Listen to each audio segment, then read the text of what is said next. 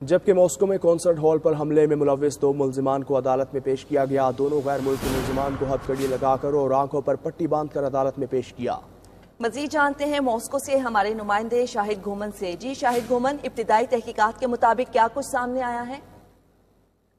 جی بالکل، Crooks city hall Moscow میں دہشت گردی کے حملہ میں مرنے والوں کی یاد میں روس بھر میں یوم سوگ منایا گیا۔ ماسکو سمیت روس کے مختلف شہروں میں لوگوں نے مرنے والوں سے اظہار عقیدت کرتے ہوئے پھول چڑھائے اور موم بتیاں جلائیں۔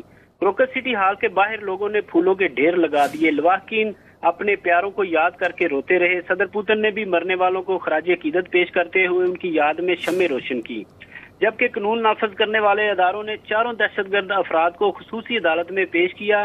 ایک دہشت گرد شمس الدین فرودونی نے اپنا جرم قبول کر لیا ہے۔ یہ بھی انکشاف ہوا ہے کہ شمس الدین وقوع سے 15 دن پہلے 7 مارچ کو کروکس سٹی ہال میں دیکھا گیا تھا۔